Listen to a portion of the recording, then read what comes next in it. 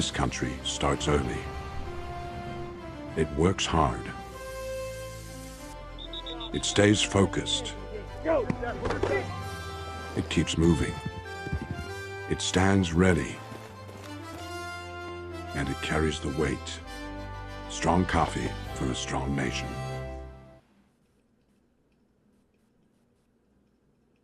I always forget to turn that mic back up. What's up, everybody? Welcome back to another Beyond the Possible, where we have a very special guest here. We got Jake and Jason of the Memphis Seekers of Paranormal. And we have James, of course, back for number 19 in a row of Salsido Paranormal. What's up, everybody? How you doing? What's going on, Mr. Ricky? Oh, just Glad another to be day in here. paradise. And had a lovely day today. It was in the 70s around here, and couldn't complain whatsoever. One so bit. Beautiful. Beautiful day today. It really was. Thought it was going to be cool. Last night, it got that rain made it get cold around here. Well, it wasn't Yeah. cold, but I guess we got used to the being a little warmer.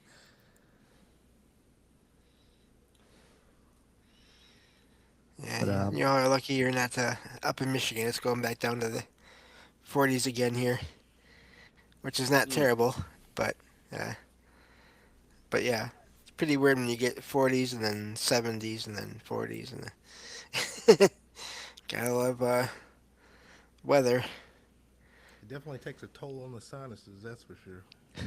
Oh yeah, it's not absolutely. fun. Yeah, I think we're supposed to have a decent week, I think. Last I looked, like the 70s around here in the mid South. So, it's the start of things. If y'all would, you want to tell our listeners, a little bit about y'all and kind of stuff like that, I guess. You want to go, Jace? Sure. I'm Jason Howley from Memphis Seekers of Paranormal.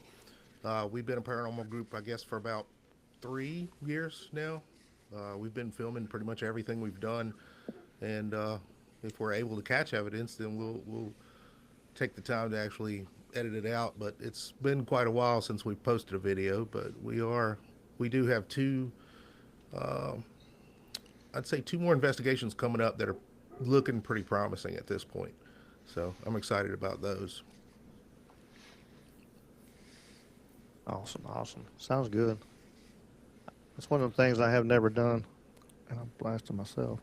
One of the things I've never done, just kind of gone. I've had, well, James and myself, we talked, some of our things we've seen and stuff over the years, and but it's like, one of them things where I haven't, for me, I never gone out and searching for it. It just happens.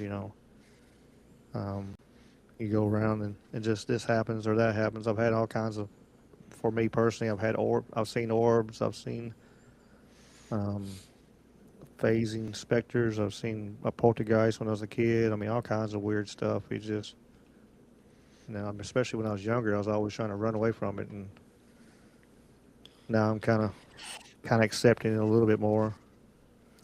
Seems like it's easier to see when you're younger too. As an adult, you have to really dig and look for it and spend the time.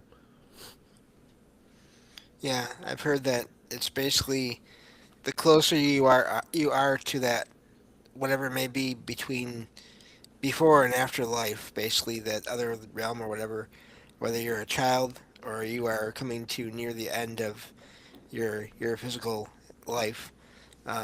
It's those people that are closest to that other side, whatever that may be, however you want to label that, that seem to be uh, in a lot of cases more sensitive to all that than when you're sort of in the middle. Like the veil's the thinnest at those points. Right. Yeah, I'm similar to Ricky. I just things started happening when I was in my early teens, maybe even before, and then eventually I did go to a couple of uh, they were they were public events that were held by paranormal investigation groups, at historic sites, and so you bought tickets, but all the money went to the site itself for preservation and upkeep and all that, and renovations. And those were a lot of fun. But I've listened to enough shows and TV shows and just podcasts and documentaries to know that what happens at those events when you have a crowd of like 20 people or whatever with the investigators there. That's not the same as going as an investigation group when it's only a handful of you there. Yeah, Absolutely because not. anything you capture, you pretty much got to debunk it. And if you have so many people there, and you can't exactly what's the word I'm looking for, like account for where their whereabouts and their noises, then every piece of Hmm. evidence that you did catch is pretty much debunked from that moment on. Right. Yeah, all you have, if you're lucky, all you have is people have experiences while they're there. But as far as evidence goes, I can't imagine there's a lot that they got from those events. Um, I, I do. That's funny because in a way, like I wasn't aware of this at the time. I didn't think about this, but it's one of the events I went to. It was an adults only event, and there was two groups of us in this house. And one was the one I was with was in the basement, and there was another that was on the second floor. And we heard a young girl talking and laughing on the ground floor. And to me, it was pretty amazing because I kind of, at that point, I trusted that group. I'd done some research into them. I don't think they're around anymore at this point, last I've heard. But and so I was pretty sure they weren't faking it. And so it was an amazing experience, and not negative in any way. But as far as the sounds that we heard, even if it was caught in recording, and anyone could say, well, someone brought a kid, staff or whatever, they brought a kid and they just didn't tell anyone or what, a lot of things people could say that kind of rule that out. But it was still it was an experience that I was glad to have had. We heard a child. We heard a child in one of our videos at the Gaines house.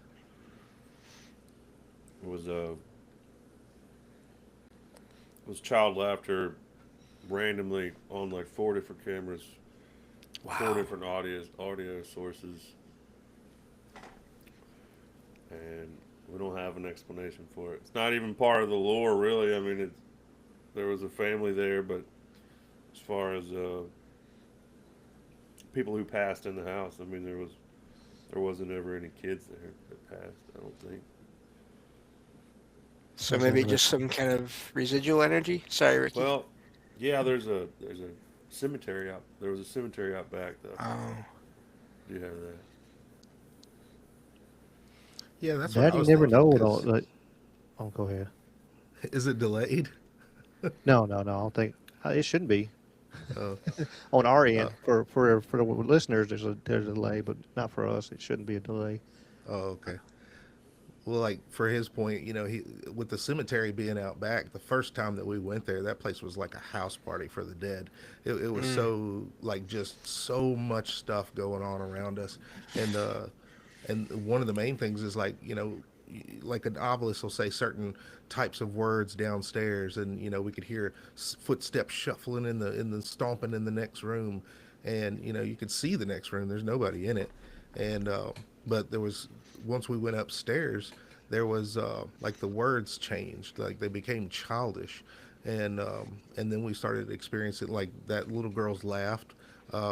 We were seeing the shadow on the staircase that looked like a small child, oh but there wow. was no mention of a small child being, as part of the lore for that house. I wonder on some of that sometimes, like it's was it is that carried on from from way before the house, or of course it could always be you know more evil sometimes. Using using children or something like that to trying to lure somewhere around, but it, I think a lot of times it could be worth it. It's we just never know what happened with that house beforehand, or if it turned around, or somebody else. The house got built on another site. new house got built there. You know, if we really do know the history of the area, and wonder if the could have been something from really really long ago. I wonder. Yeah, that or the future. I don't know what either of you think of time anomalies being some kind of factor. Time uh, being different or distorted in different ways. So in other words, it's not just a sound of the past; it's a sound from the future that is somehow appearing, happening, or being perceived as you're there at the present. I wonder about that in cases where people hear they're in a house where they live with one or two other people, and they'll hear another person's voice from that someone that lives in the house with them, and they'll go, but the person isn't there, but they'll be them saying just normal things, and it's not in any kind of malicious way or trickster way. It just sounds like this other person talking for a brief minute, and then it stops. And I We always call wonder if those that's mimics. and see, I wondered about that. So I'm curious what you think about that. So is it a mimic in the sense of it's another entity, or is it again them picking up on that person's voice from another point in time coming through in the present? It's just I'm curious what you all think about that. Well, the, well, we haven't ever. I mean, now he has, but as far as most of it's through audio like electrical equipment, Okay. because we didn't hear that voice. Most of those voices that we've heard, like either they've only been on camera, or they've only been through some kind of electronic audio recording device, Right. and it's. I mean, I don't know what that has to do with. I mean, it might. The electrons and electricity is still theory. I mean, they bounce back and forth between realities. They say so on a Right. subatomic level. But, Yeah. No, that's always amazing when you hear about the voices that you get on recorders, and it always fascinates me too when you hear about people get EVPs, they get voices on their devices, and it doesn't seem to match whatever is being talked about. But then other times, it's you get what seems like direct responses, which is always fascinating. those are the best. Yeah, Have you ever I done think anything that's I, with where the flashlights and stuff too, or just and try to get people to do the flashlight, turn it off and on, or We don't. Jake has a theory on why that occurs, though. yeah. Well, it's the it has to be a certain kind of flashlight because if you want them, it has to be the flashlight that you twist. And yes. people like to take it and twist it just until the light goes off and then turn it back on just barely, and then that element will heat up and it'll expand and it'll turn off and then it'll cool off and contract back and that'll make the flashlight go on and off Oh only wow. with those Okay. special.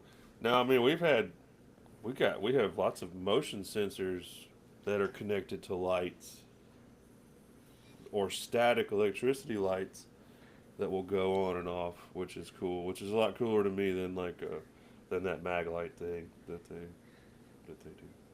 yeah. That I makes did that sense. one time. I was at work one time and we heard me and another guy heard about loud noise and it all of a sudden just in the corner of the room the flashlight came on its own, just boop.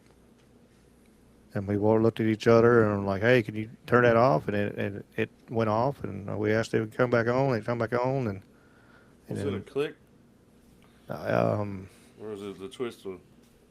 Either one it, still. it was If it, it was a click. If I remember right, it was a click one.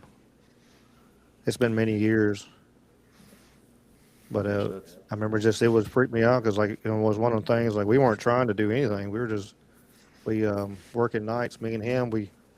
I used to work for an asphalt company, and we had interstate had some. They were putting some gravel out on the interstate, and so we were out there. He was loading trucks, and I was writing tickets, and we didn't have no trucks.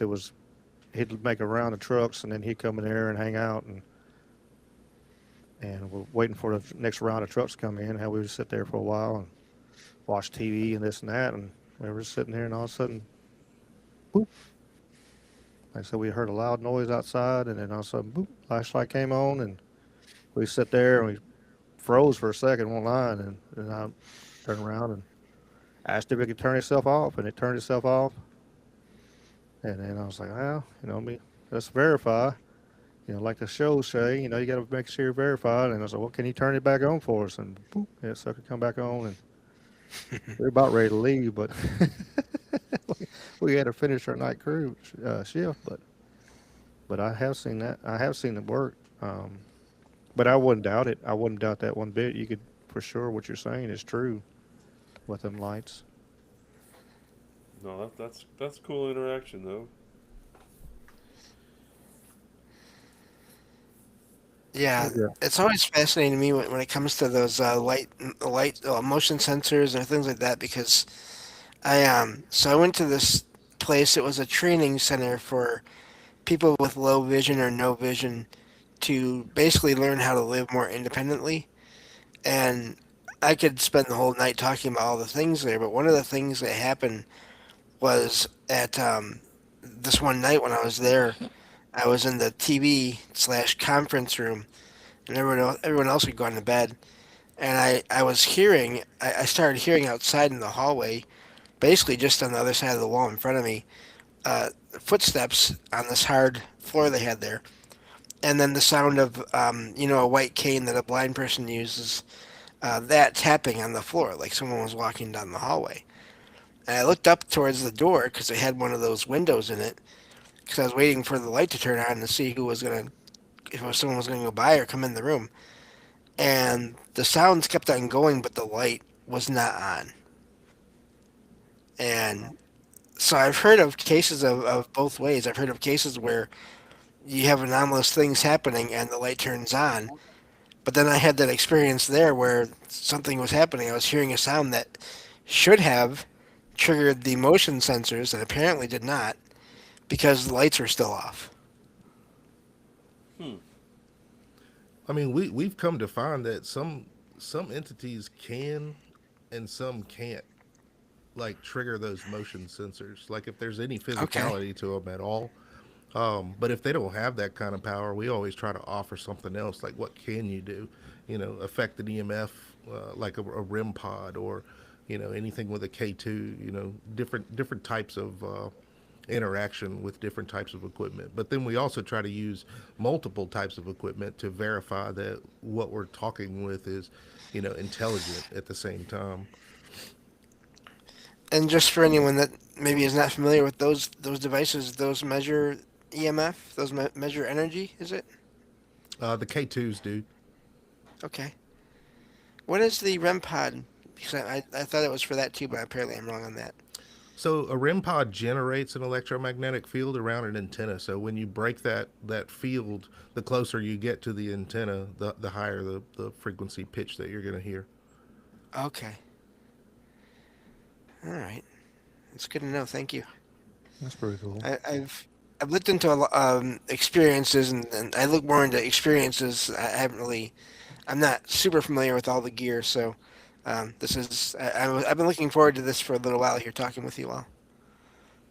A lot of people that are very interested in the paranormal that watch it, like they don't. The gear. They can take it or leave it. I mean, you got Right. people, amateurs that just want to be, or just content lovers that just want to be scared or creeped out or whatever. They like the equipment. Yeah. The true people who want to see paranormal stuff, they really care. They care less about the equipment. We do. We care about the equipment because when we're there, there's no editing and there's no lighting and there's nothing. It just allows us to. It gives us something to document, something to go on and move forward through the night, like to try to Right. narrow down what it is. I'm looking at the chat, and Wreck-It Ross says that EMF rope is accurate. Oh, Okay. we have an EMF rope, and it is It's actually really, it's really accurate. But it's not very sensitive either. It's not as sensitive as you would think. You have to put your cell phone like to try to make it go off. You have to like put your cell phone like right beside it, like while sending out a text message or something like that. So the EMF rope's a really good way to Tell him the gauge like stairs that. story at Gaines' house the second time. Well, there wasn't. I mean, it it worked with it worked on the stairs with what was that? Is that Amanda and Kenny that was Yeah, on they the were stairwell? upstairs. Yeah, and then the EMF rope was so it's pink or in a neutral state. It's kind of like this pink, just bland color, and then I think blue and green. It has the range of like the EMF range, and they would call it. They were trying to call from upstairs because we. This is the second time we went there, and that was the girl that we had heard laughing and we had seen on the stairs. So we had the EMF rope on the stairs, and we had people upstairs, and then I set a camera at the bottom. And when there was a female up there at the top of the stairs calling for the EMF rope lit up in succession, like going up the stairs, Oh wow. like two or three times. Um, and sometimes it's not like on command. Most of the time, it's not on command like that. And sometimes we figure that it may just be like an echo, like if you want to think of it like an echo of the past, where entities are kind of taking this path that they did in the past when they were living, like not necessarily intelligently, but just like a loop that they Right. continuous that they run, at certain times a day. Hmm. But yeah, that was pretty cool with the EMF room. I feel like that little girl was intelligent though, because even the first time that we went, she was constantly coming to the stairs, that shadow, and just like watching us. And as She's soon as very you'd look at her, curious. she'd run up. And there was There's even not. that one point, with the I forgot if we had the obelisk on or what, but it's like I like your camera. Oh yeah, I think she's very very curious at the Gaines house. Oh wow. I get. Yeah, that it's amazing. There does seem to be in some cases or some experiences this interest or curiosity when it comes to devices, uh, and I had that myself in my own place once where I had my phone set down on my table next to my bed and went to sleep. Next morning, the phone was not on the table, and I looked around for it, and I found it in my pair of pants in the pocket there. That I, it was not there the night before, and they were just pants near the bed and everything, and I just wonder, was that someone curious about that device? And of course, I have no idea. I do think things can appear, vanish, or appear. I don't know if there's always an intelligence behind it because of all the things I heard about things vanishing and or appearing. But I do think in some cases they can it can be because of an intelligence, and I was wondering about that. And it is amazing when that happens when devices like that either move or go missing or that's an amazing like so this she said I like your camera. That's amazing. That's a really direct statement there. Yes, it is. It was. It was between two devices too, which we like to. Uh, we don't do it all the time anymore because we don't like using our phone, but we do two like word generation devices because if you just throw a word generator out there, I mean even we don't necessarily like using it. It's more to just try to narrow down like if we're getting activity, if stuff starts to be relevant, if so it just Right. kind of runs sometimes. But getting something on both word generators that almost make a sentence. We've had that too, and it's there's so many words in that library, and they only go off based on electromagnetic frequency or sometimes vibrations. Uh, and so when you have that, when you have two different ones talking to each other, it adds a little bit to it, adds a little more depth to what you're hearing. I think once we had them both say the same word at the same time.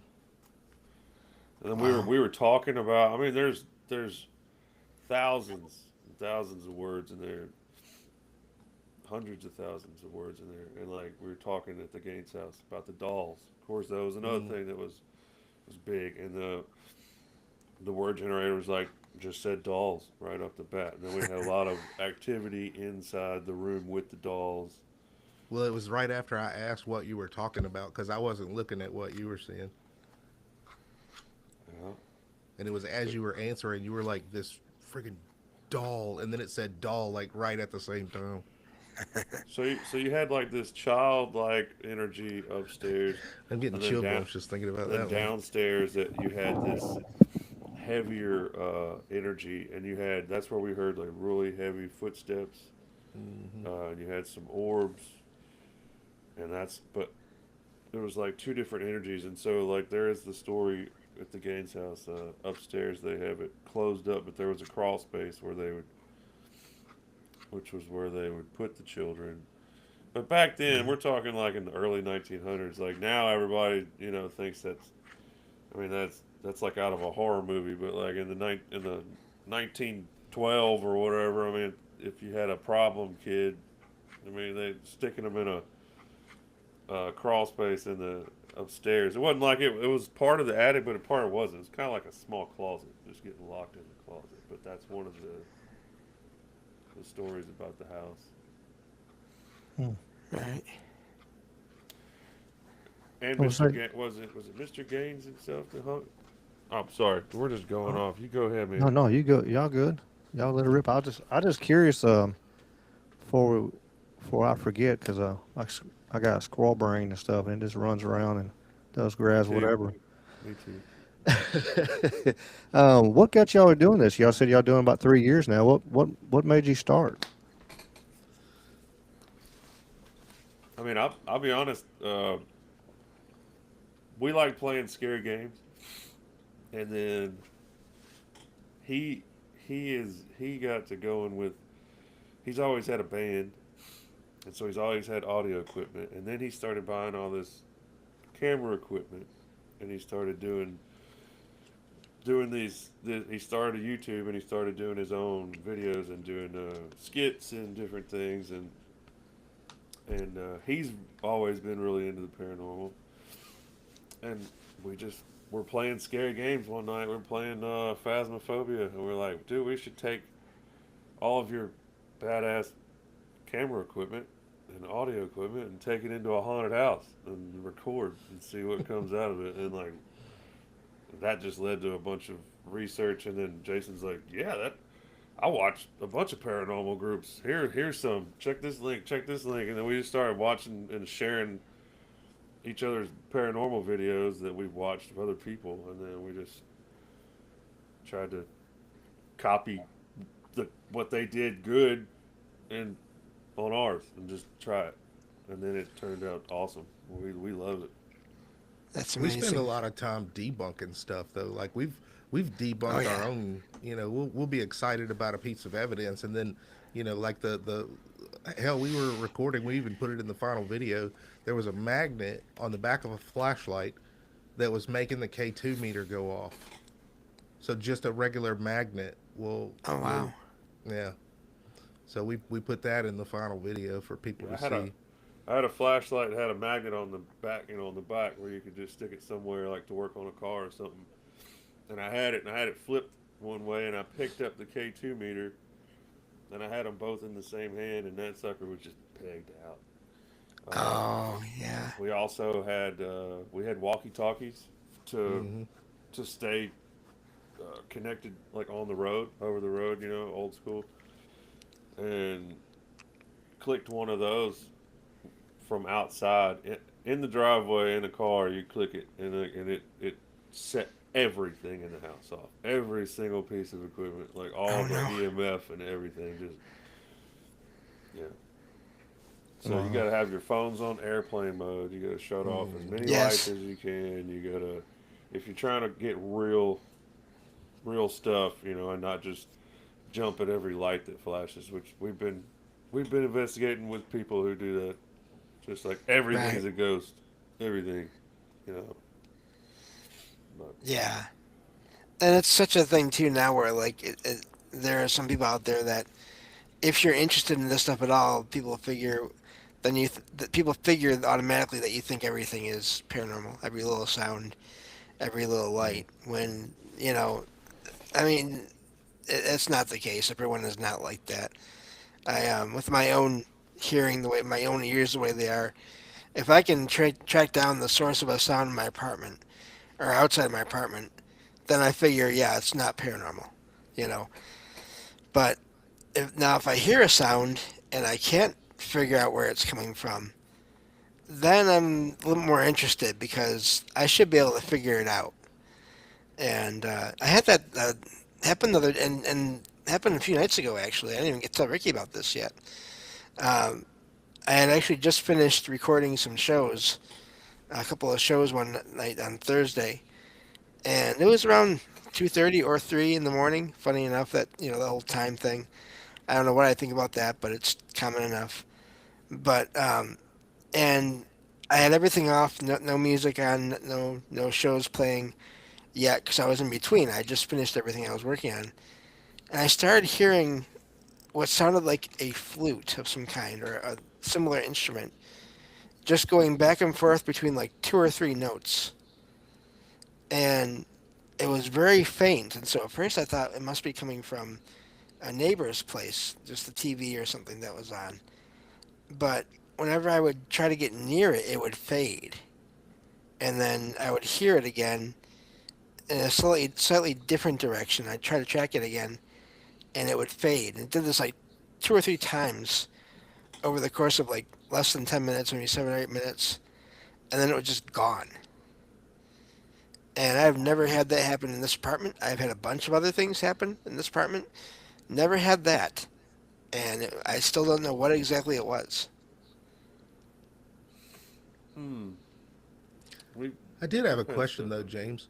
When you go into a known haunted location, so Yes. obviously you're down one function and your hearing is sensitive, but does that make your like spatial awareness as far as like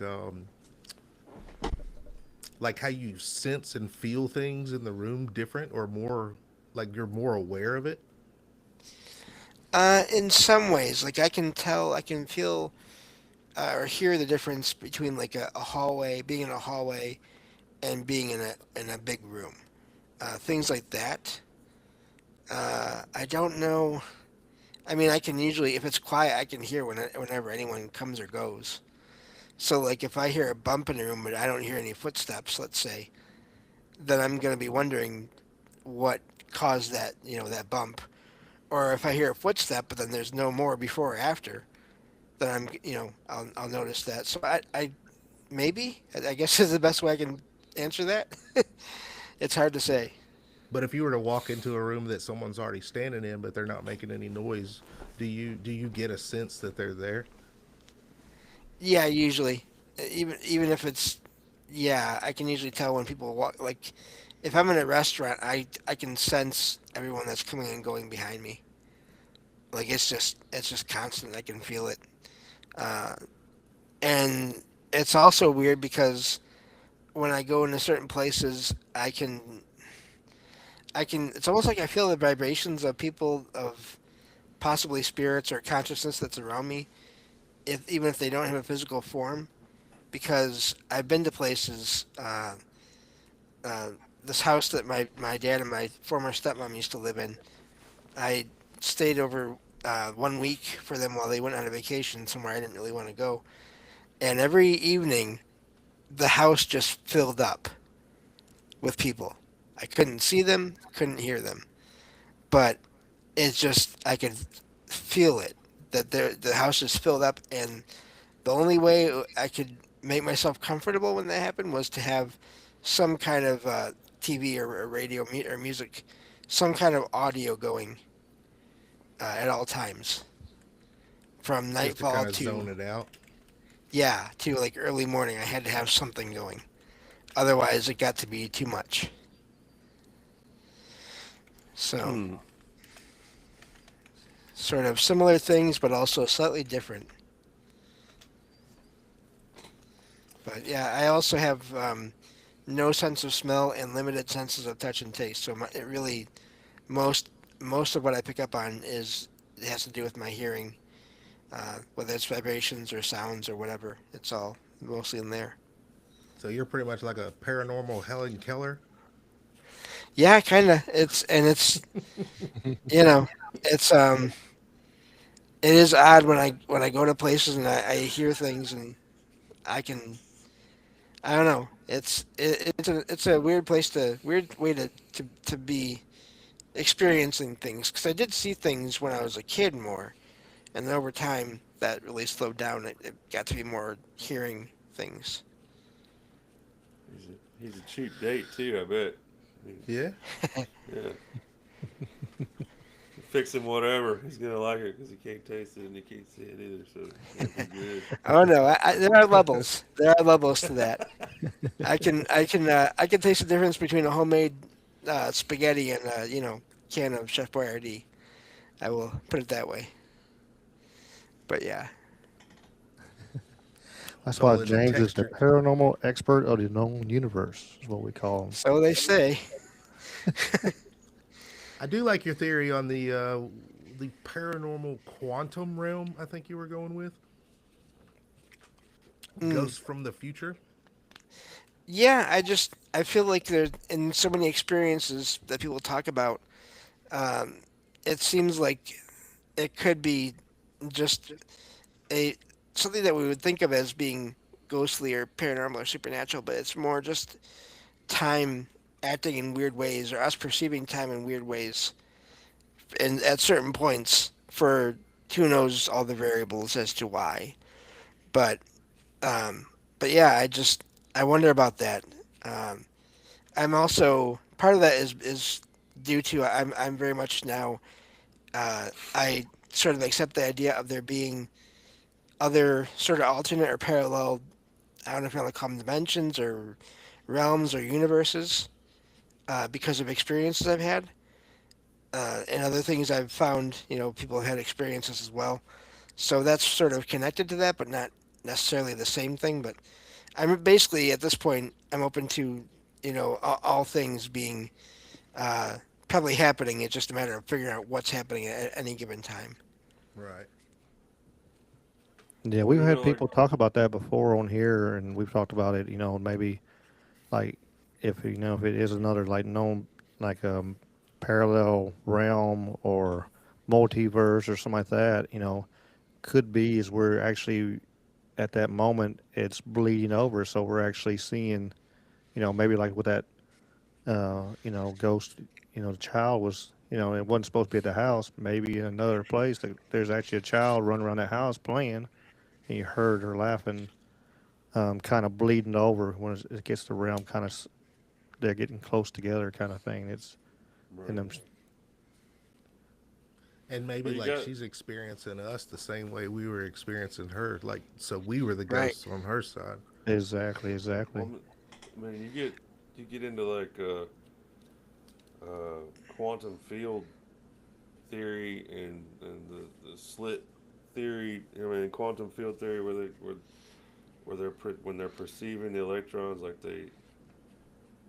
they flash in and out of existence basically. So Mm, like where where do they go when they're not there? And that's the whole part where you know maybe they're maybe they're bouncing back and forth in between a reality and another reality or a parallel reality. And then you got the slit theory where they shoot the photon or the electrons through at a gap that's divided, and then when they have on the other side, they can see where the particles hit, and then if they'll do it and then check it afterwards, and if nobody's looking at it, it all goes, uh, it all splits up or whatever and goes through all three different holes, and then if when somebody's perceiving it and looking at it with their eyes,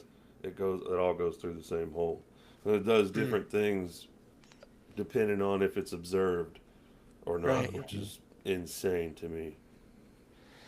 Yeah.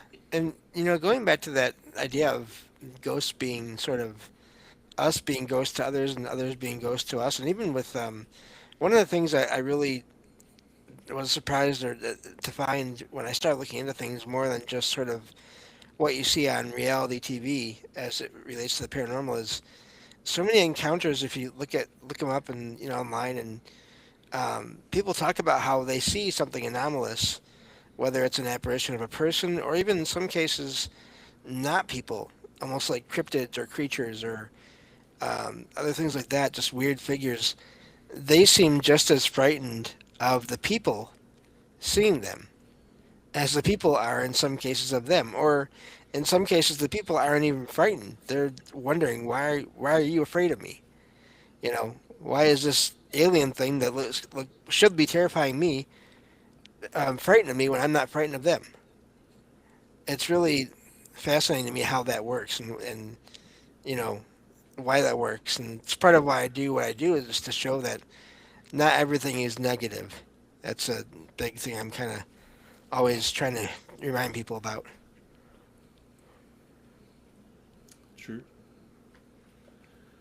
I got a question for y'all. Theo in the chat. I need to shout out the chat in a second. I haven't shout out the chat yet, but I'll do that in a second. But Theo wants to know what do y'all think? Are shadow people ghosts or demons? I'm my theory on it is kind of, if you believe in the Bible and you want to go biblical with it, like there's never any mention of, the Bible doesn't really talk about ghosts. Ghosts are not a thing. Like you have, but you do have paranormal wise in the Bible. You have demons and angels. You have positive and negative spirits that aren't really human. So you definitely have that. Now, whether I feel like 90% of what we experience that we want to call ghosts, if they're usually not intelligent. They're usually like just a residual type energy or something from a traumatic event that's kind of stained the space, if you want to call it that. Hmm. That's, See, Jake and I, we come up with all these theories that just basically just to, you know, counteract each other's theories, just because eventually we're going to get to some correct answers. But honestly, with shadows, I've seen them. You know, people have recorded them. We haven't, but there's just not enough. There's not enough evidence to say whether they're good or bad, or what they are even. You know, I mean, Right. it's the anomaly. If you're seeing it with your eye, you know, it's not caused by refraction of light. You know, that's literally your eyes are just a receptor for you know all types of light, not just the white light that we see, but you know the infrared. You know, we don't perceive it, but we're still receiving it, and you know stuff like that could be just anomalies of that occurring. So you know, are they alive? Are they are they even real? You know, it's are they good? Are they bad? There's just not enough caught of those types of things to really just dive in on the research for them. yeah, they're Right. also really easy to fake. You Mm-hmm. know, the internet is full of really creepy videos where shadows are in there. But I mean, with masking and editing software, shadows are Mm-hmm. really easy to put in just to make for the scare factor. You know, so if you experience them yourself in real life, that's one thing. But most people just see them on a video. Yeah. And I seen one. I seen one before. The one I seen though, I seen. I like had that sense like I need to turn around. Had that.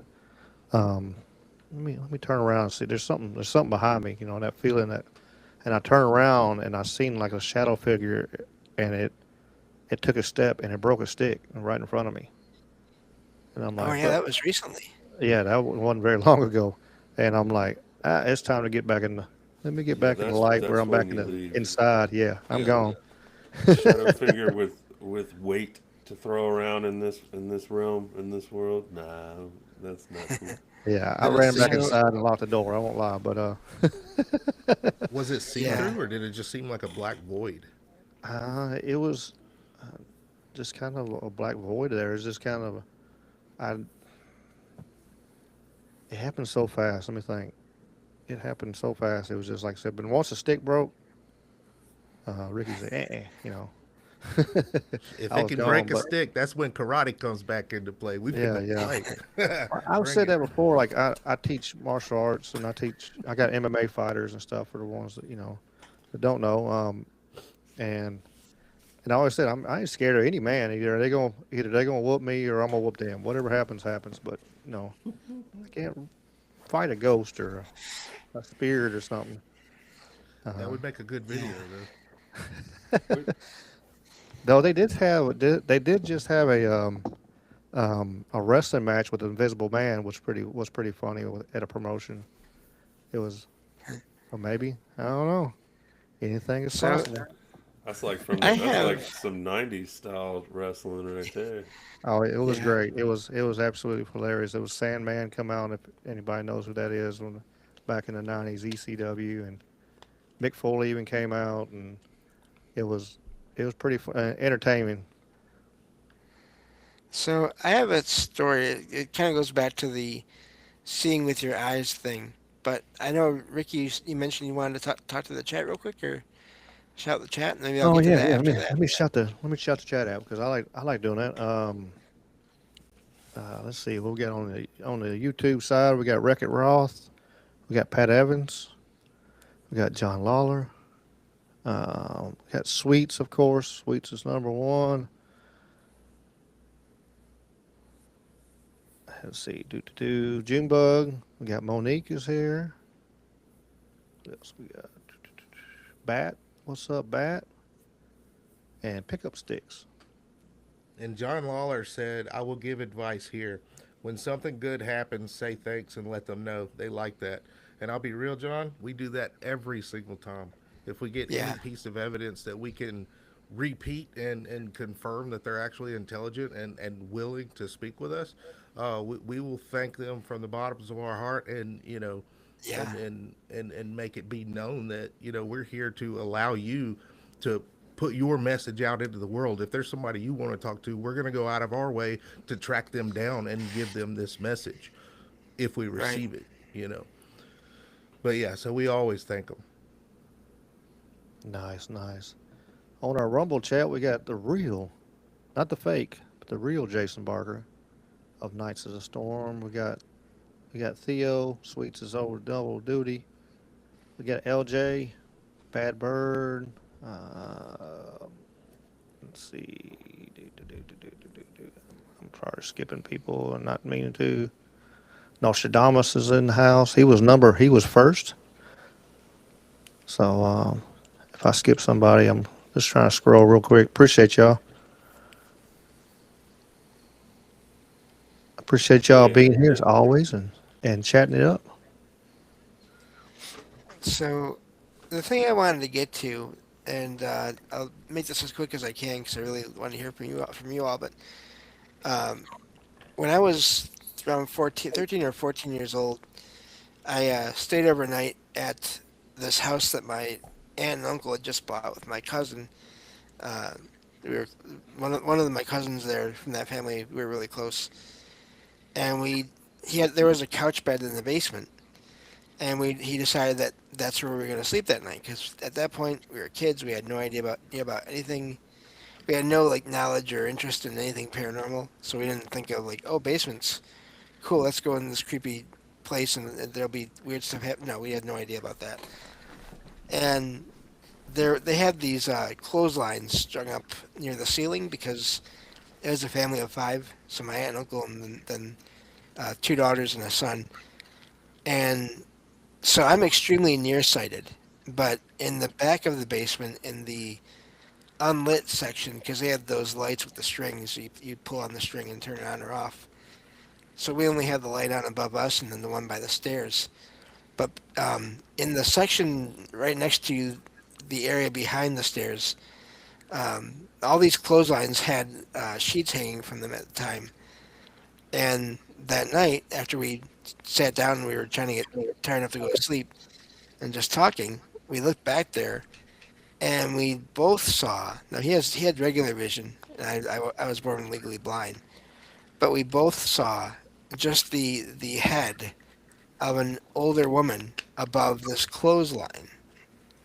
But there was nothing on the floor for them to be standing on, and there was no feet on the floor. And there was no, I mean, these clotheslines must have been at least like 5.5 feet up in the air. And I could see her features clearly, which that again, physically that should not have been possible. All I should have seen would have been like a blur, like a white blur surrounding a more sort of like flesh-colored blur. But I could see her eyes and I could see her glasses, and I could see that she was glaring at us and like frowning at us, like, "Who are you and what are you doing here?" And even as a kid, I realized that something wasn't right because I knew that there was no way I should have been able to see what I was seeing. And so I'm curious what you all think that was or how that worked, if you have any ideas on that. Hmm. What's it? What's the well? I mean, there is. What's that? The thing called where you see stuff, in an image. Like your brain will fill in the gaps a lot of times, and Oh, sometimes that's pareidolia? Pareidolia? yeah, pareidolia. Which I mean, for somebody like you though, that doesn't really have the same effect as like you know as the rest of us. So I don't. Yeah, there's a lot of gap there. Yeah, you're not your brain's trying to fill in all the time, but The only thing that sort of I've come up with and others have come up with over the years when I've talked about that experience with others is that somehow whoever this was, they were projecting that image into my mind. It was some kind of a telepathic contact in a way. Um, I don't know if it was just with me or if it was with me and my cousin because he saw the same thing, but he could see he had regular vision. Uh, but that's the only thing to me that maybe makes sense. Even either way, I don't really know for sure. But I was just curious about that because yeah, that was like one of my first. As far as I can remember, that was my first experience, and there was more to that night besides that. But I just wanted to get your thoughts on that. So thank you. did you see Wreck-It Ralph asked? I mean, what kind of emotions? Did you have any Oh, emotions with that? Were you scared then, or was it yeah. just We were afraid. So I'll go over like the rest of the story real quick here. We were afraid, but we also, even as kids, we didn't want to go and get my aunt and uncle and bring them down and have whoever this was be gone, like just vanished, because then we'd be in trouble for waking everyone up and you know bringing them down there for basically what they would see is nothing. And so we kind of just froze and we just did not look in that direction for the rest of the night. Um, and in doing that, we also saw something else that at first we thought was a regular cat because we looked over in the sort of this was in the right side of the basement. We looked back to the left towards the stairs, and we saw a black cat on the floor. And it was kind of odd because I hadn't heard any sounds of anything moving along this cement floor, and it was cement and it had all kinds of their belongings all over it. So I was really surprised I hadn't heard any kind of the cat bumping into anything, you moving across that floor. But I figured, well, cats can be stealthy. So, but we saw this cat and we thought, oh, that's a cat. We were wondering, had it been hiding there the whole time as the family moved in, or what was the deal with this cat? So we got out of the bed and to go to check it out. But when we did that, because we were kids, we looked away as we were getting out of the bed, and when we looked back, the cat was gone, and it didn't make any sound, and we just scrambled back onto the bed. Uh, and sort of like just retreat. Everything we did that night was just retreat, like not try to get out of there. No, we just retreated to our original position there, basically. And when we got back into the bed and looked back towards the stairs, that cat was in that same place again. And again, no sound. And so we just we were freaked out, but we just focused on each other and talked. And then eventually, weirdest thing that happens, but you hear about all the time, is we fell asleep. Hmm. And woke up the next morning, everything was fine. Sounds like a glitch in the Matrix. Like And we had deja other vu. things happen in that house, and after that, other times, but that was the first one. This is your childhood house? Like you? It was my cousin's, my aunt and uncle's house.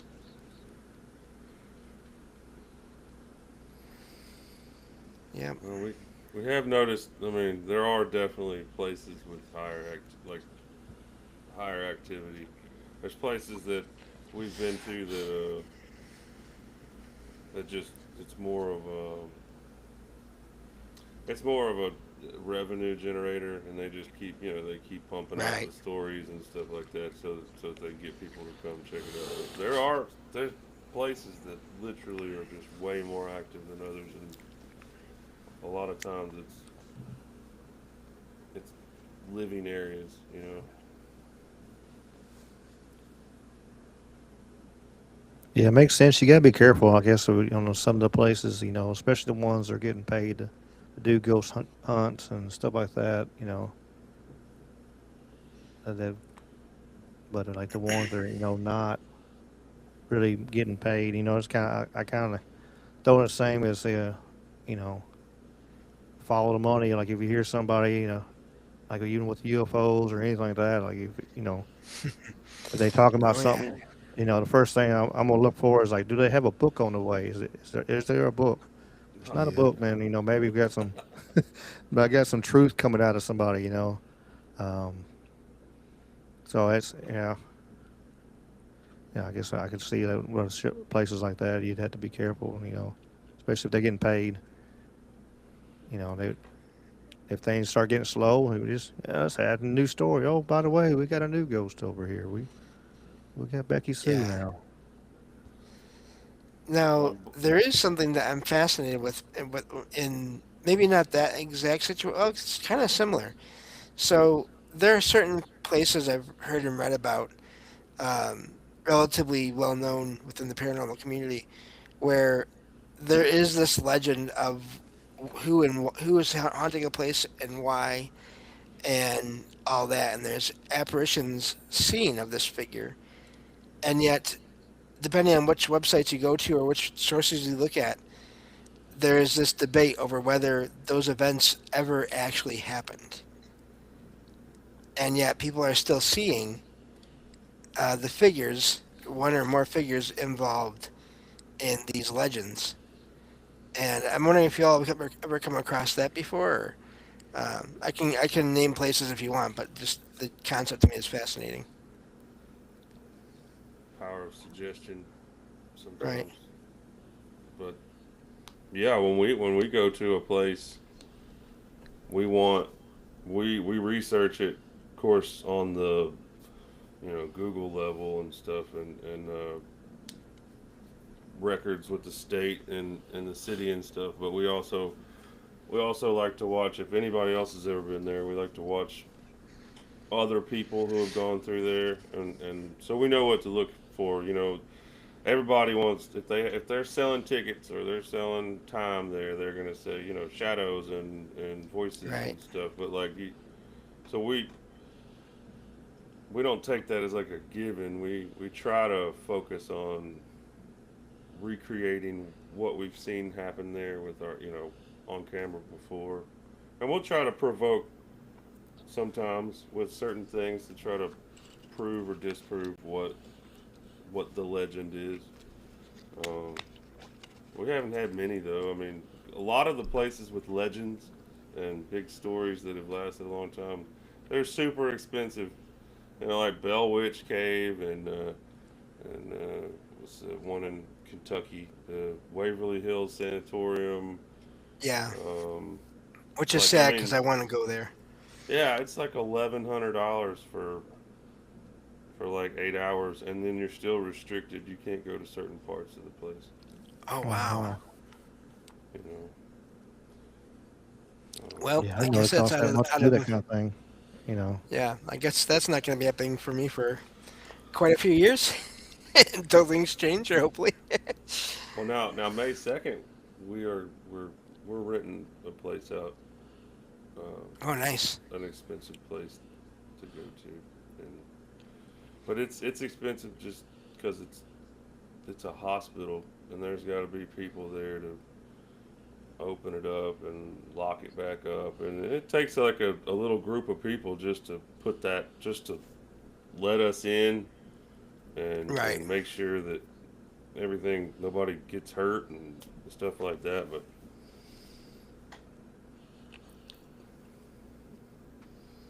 Yeah. I I can want to see that. back up a little bit though, James. You were talking about Hmm. like actually capturing legends of places. One of the places that we went to, it wasn't even part of the lore, but there was a team, and this is the reason why I think all teams should share evidence. There was a team that caught a photo of a massive individual with either a broken or a clubbed left foot, like, Okay. and so they gave us the photo before we went in. And so while we were in there, we had the term left leg come up on the word generators. The footsteps that we were hearing, Jake identified it as like a stomp and a drag, a Oh stomp and a wow. drag. Yeah, and so a lot of the stuff that we were dealing with in the lower level uh, was a lot like that photo that we found. That was the first time we went to the Gaines house. That's amazing. Huh. Yeah. No, I do like it, and that's at least you have the photo. That's good. Now, I might have missed it. Is that a photo of the actual person or apparition of a person? No, William Putty was the man that they said he he took his life in the tree in the backyard. Okay. But we it almost seemed like we never had any interaction with this man. The only person downstairs that we were talking to was the club left foot or broke or whatever was wrong with it. But there was definitely some damage to that leg, and you could see it in the Mm, photo. okay. Yeah. So the places I'm thinking about here, and I'm sure you've heard of them, is the Myrtles Plantation in Louisiana, and then the Is that the one that burned Winchester. down?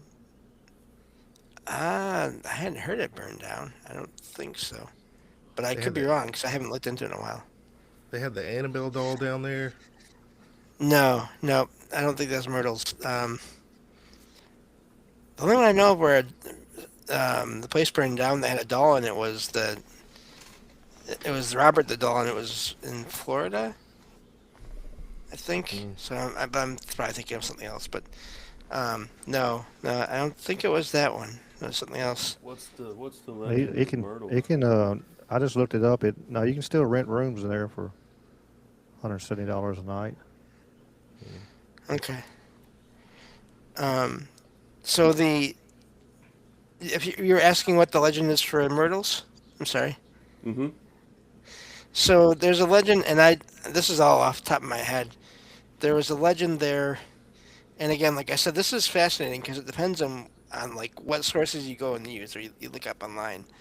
Um, there's a legend there about a slave, of course, who was caught eavesdropping on the owner of the plantation, and supposedly as like punishment, she had one of her ears basically cut off, and so she would wear this towel or shawl or turban or whatever wrapped around her head to cover that disfigurement.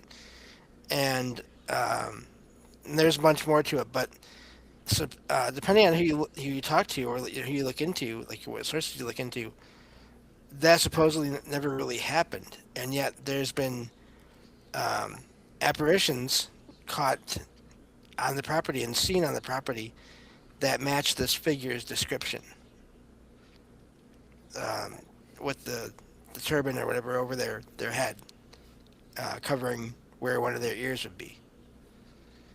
So, and again, I Well, don't know if that's like all the thought energy, emotional energy from people hearing of this legend for decades now, sort of like a thought form or a tulpa kind of idea, or if there is historical evidence and it hasn't been found or it hasn't been accepted or what the situation is. I haven't, I can only look on what I can look online. So like I know that my sources for whatever I find are going to be very limited. So but it's just fascinating that there's this argument over whether it did or didn't happen, and yet, regardless of all that, this apparition is still being seen. places, places that have a bunch of people coming there all the time. Looking for ghosts. I mean, sometimes people. I do believe that people have attachments. Mm, And you can bring something in there with you from your life or the last place you were at, or um, and it could definitely help help amp up the activity there, or bring something from your mind out into reality. I feel like, right. because I definitely believe in attachments. Talk about books. I mean, I read one of my favorite books ever it's called Demonic Foes, and it's a great book, and it's about a, uh, a Hey, Jake, psychiatrist if you who can hear me, will you give me a thumbs up? it's about a psychiatrist who like joined a priest, and he became a priest, but he traveled with the priest first off, like around the world, and just all his stories from basically like exorcisms and all kinds of stuff. Like there's attachments, most of them uh, demonic in nature. But I mean, I totally believe you can bring something to a place, or you can take something from there. We try to either sage or say, make sure that everything knows that it can't attach itself to us, that it's not welcome, stuff Right. like that. I agree. You That can for makes sure can bring something home with you. yeah. It's like going to thrift stores and stuff like that. You're gonna have to watch out what you pick up in the thrift store or something, because you never know, um, how attached something was to somebody, and you for sure could turn around and mess around and bring somebody home with you that you didn't want. I was curious Yeah. on speaking of things. You brought up the Annabelle doll. What did you think about them moving Annabelle around and all the turmoil and chaos that came with moving Annabelle around the nation? What did you think about that? Me- I don't. I'm not familiar with with it as much. I guess Jason might be. What what happened when what happened when they were moving it? Well, I know one guy. I know at least one person passed away. One of her handlers was passed away. Died. Um, there was places burnt. Um, oh, it says it said Jason So stopped recording there, but I'm not sure what happened there. Everybody else is still recording. Um, yeah, he might have missed it. Yeah, that's to me that sounds like an attachment. I mean, I don't. I think I'm not as big of a believer as that things like that can be attached, but I mean, he'll he'll come back. I don't know what he was hearing. I think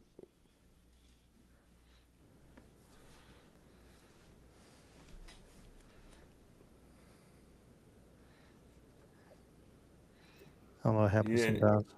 Are he you didn't going? If like. you don't have any kind of technical difficulties, you just cannot have a good show. It's just part of the live Yeah. stream. You just Guaranteed, didn't you're gonna like have where some you kind were of on the something. screen. Huh? You want to be up there. See, Taking the number one spot. it You know, I just lost like, ears. You could hear me, but I couldn't hear anybody else. Oh wow. huh? I'm back though. Did I miss anything good? Yeah, I was asking you about the what you thought about the Annabelle doll and what happened like during its travels. It's way too many coincidences, man. I Yeah. really, you know, it's very possible to attach to anything, you know, and this doll, it's got a long history for a reason, you know, Yeah. and to just see Yeah. it travel around and just all these things, it's too much to be coincidence. And Yeah, what's after fa- handler passed away and yeah. places burned, and I'm like, y'all put her back, put her where the Yeah, hell, the bury contents her Yeah. in a that escaped. backyard somewhere, something. And what's fascinating to me is, there's always this debate and over. Cause I have no idea because I tried looking into it, but I couldn't find much. But this whole debate over, what people think of the Warrens and all that. But even without that, there's been so many experiences reported after they had it in the museum and everything that to me, I still wouldn't take any chances. I still wouldn't be moving it around. Uh, Whether it's myself or someone else doing it, I don't care. I still would not have the thing be moving around, no matter what, because I would not want to take that chance, take any chances at all. No, Better safe than sorry for sure. It's like Robert the dog, he gotta make sure you say hello, you make sure you say goodbye, or you better not act like he's not real. Yeah, There's been so many coincidences Uh, there of people dying and wrecking or something. the before we went to the our first like big investigation was at the Gaines house, and that was when the the people who um, were running it basically, who have the rights to the house, they told us about a group that had been there like a month prior or something, and they sent the dude to taking some pictures with the doll that's that's on the property that is has stayed with the house. It wasn't like something they just bought and put in there. It was in the house. That's probably one of the kids or something. But he had a picture like kissing the doll, like you're not supposed to, disrespecting it basically, and like he went back to work that Monday, and and it and he damn near severed his finger off at work. almost lost it. oh, The hand that yeah that he took the picture with. yeah. No, see, I'm all for looking into things and like investigating things as long as I don't get a negative feeling from whatever is going on. I'm fine with like those events I went to. Like I never had a negative feeling from anything that happened. Um, I'm fine with that, but when I hear about something, if I know there's a place that has sort of a lot of reports, a place or an object, either way, that has a lot of reports of negative things happening around it, I'm not interested. I'm sorry. What do you Yes, it's consider negative, though? harm to coming to others. Um, I mean, at least in some degree. I know that I've heard that, like, I do believe, I can imagine, like, in cases where there's people that get touched or bumped into, or even in some cases, like scratches, I do wonder if sometimes, it's not meant to be an attack. It's meant to just someone trying to latch on to, not in an attachment sort of way, but just make physical contact with someone and accidentally, leaving these marks on someone, and and then but it still appears, frightening to a lot of people. Oh yeah, oh yeah. We've done a lot of. Weirdly enough, I mean, just what we've gotten to be able to go do has been. There's been a lot of prisons. Mm, We've done three three jails, and more often than not in a jail you have I wouldn't call it malicious, but it's definitely like a more negative or derogatory interaction, and and you can trigger things with more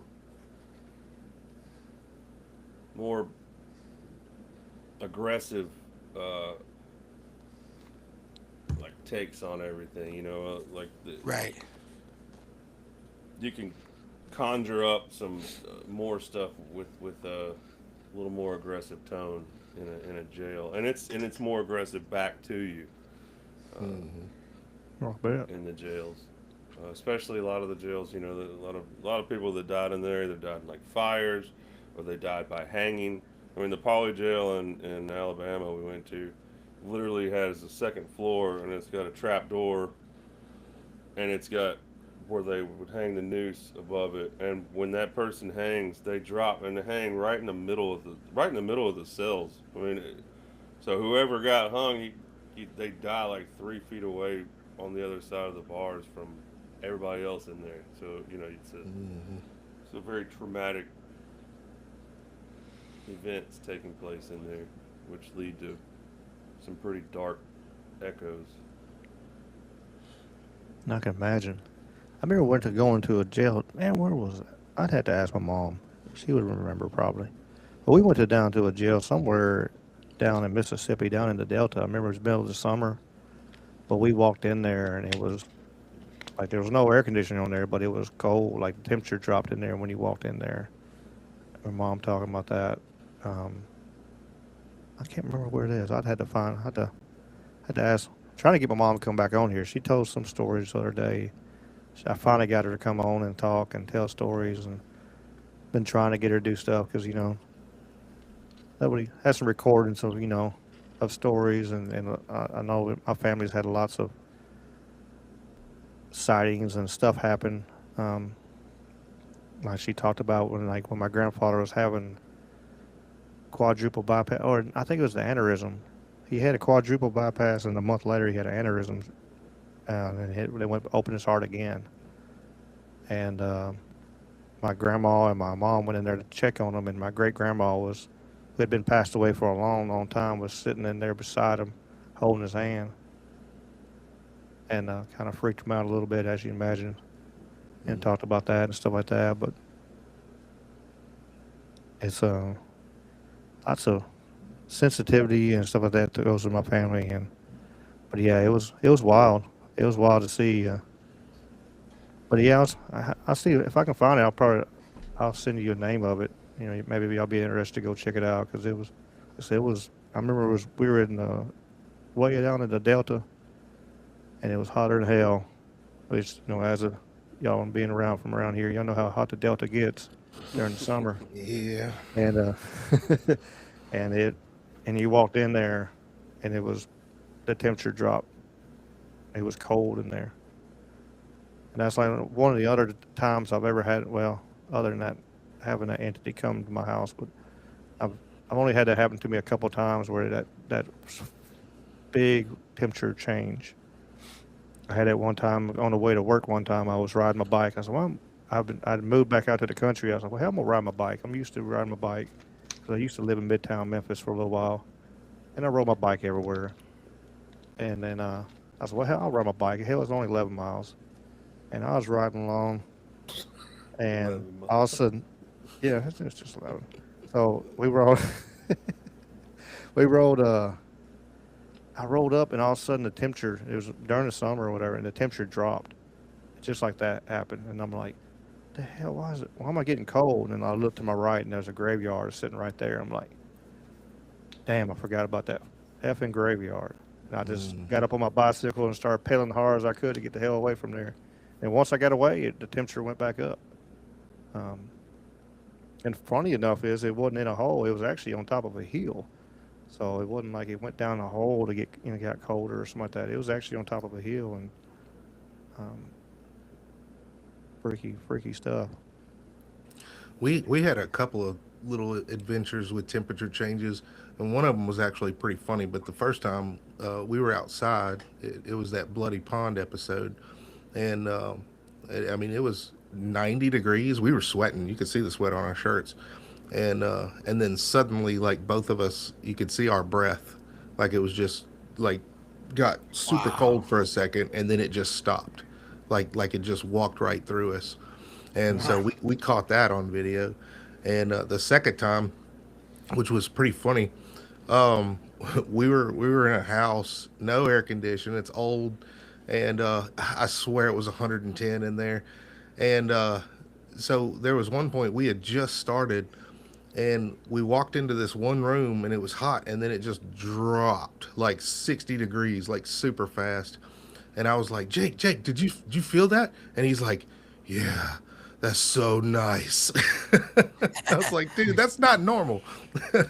Well, we had that one too in the at the in the jail in Lynchburg where I just happened to have a FLIR because I'm an electrician and I've been doing some breaker testing and stuff and like I just happened to have this like $3,000 FLIR uh, camera on me and so I just brought it with us and like the temperature changed in this room and everybody was freaking out and like I got the FLIR out and then we followed the blue and it went up to the degum air vent up there and somebody turned the air conditioner on. I mean, Oh no. Yeah. it was blasting everybody. That's cool. You're able to prove it. Kind of debunked it though too. Hmm. So that's I do. So that makes me think of something. What do you is the FLIR useful in investigations? I mean, like for Oh finding yeah. like you see like figures like yeah, on the basically I guess what I'm asking is the what you see on the TV shows where they see figures and stuff. Is any of like is that useful for that at all, or is that just TV? I'd say it's useful. Now Right. we did catch. We had it with us when we went to another hospital, and we were in the kitchen area, and I caught a figure, but it was a stainless steel. It was the reflection of a heat signature on stainless steel, and Okay. it'll also catch like if somebody's leaning up on a wall or something like that, like and then walks away, you can catch you'll see their body on the wall where they just were. Yeah. So I mean, Something yeah, great. technically, if something's there and you can't see it and it doesn't have an explanation, that thing will pick it up. I mean, Wow. That's pretty cool. they got the ones now though that are like $100 and you get them. They plug on the bottom of your phone and you can. That's wild. And those are I've been wanting to try one of those out, and Yeah, I've seen them a few times. I was going to get one when I still had my iPhone, but I don't know. Be kind of neat to have. I just wanted to have, not to look for ghosts, but just to have it. Be kind of mm, handy. I do wonder where we're going with technology and all that. With because I mean, I could just see some company at some point just building a tablet kind of thing that just you know has all that built into it. Like maybe not now, but I mean, I can imagine that happening at some point. And I mean, there's going to be issues with that because if it's again, you have to make sure it's on like airplane mode or whatever, and all that. But I think we're probably getting there. Probably even almost eventually we'll get to the point where it's just glasses. Or Hmm. contacts. Yeah,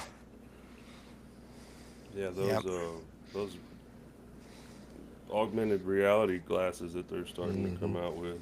Well, there's a I mean, the sky's the limit on those things. right. No, Elon's talking about making superhumans with you know, with his chip put in the back of your head. Yeah, no, Well, thank he's you. already And got that one guy that was that he's a paraplegic. He's from the neck down. He's paralyzed, and he Hmm. he can change channels, and he can do all kinds of stuff with his eyes through that chip on the computer and stuff, which is crazy. yeah, they said now that they're working pretty much. I got the technology, just haven't released it basically. That for people that for sight, that can actually give people back sight, and when they do, they can actually give them like superhuman sight. They'll be able to see in different spectrums and everything else if they want to. And Zoom. Yeah, That'd be badass. There That you would be go. There you badass. go, Have a Zoom James. on it. Just think Yeah, about it. Mm, we'll send you in. Send James in first. no, not Let nope. him Not they have to scan get the inside my environment. head. Scan the Nope, environment for possible threats, James. Exactly. nope. That's not if they have to put anything inside my head. Not happening. James, the $6 million man. That'd be I'd be a I'd be that'd be like the real life $6 million man. Like yeah, same thing. All the abilities, none of the fighting or physical abilities. Well, we can get you there. We can get you there. No problem. I, so you want to just change me completely into a separate, entirely different being? I see how it is, Ricky. You just don't like. I'm just kidding. I'm just kidding. Uh, But no, talking about picking up on things like when you don't realize you're picking up on something. Different topic, different situation. But uh, I had this happen with in this one store I used to go to. It was like a party supply, gaming kind of just hobby store, or whatever. Walked in the back of the store one day and walking by the shelves, and I got this weird feeling of like energy or presence or something as I was walking by the shelf, and I thought that's weird. I've never felt anything in this store before, and so I backed up to where I felt whatever it was I felt. There was a stack of like 3 or 4 Ouija boards in their boxes on a shelf, and I thought, oh, okay, that's what that was. There's already stuff attached to those boards. I don't know how, if they're used or if they're not.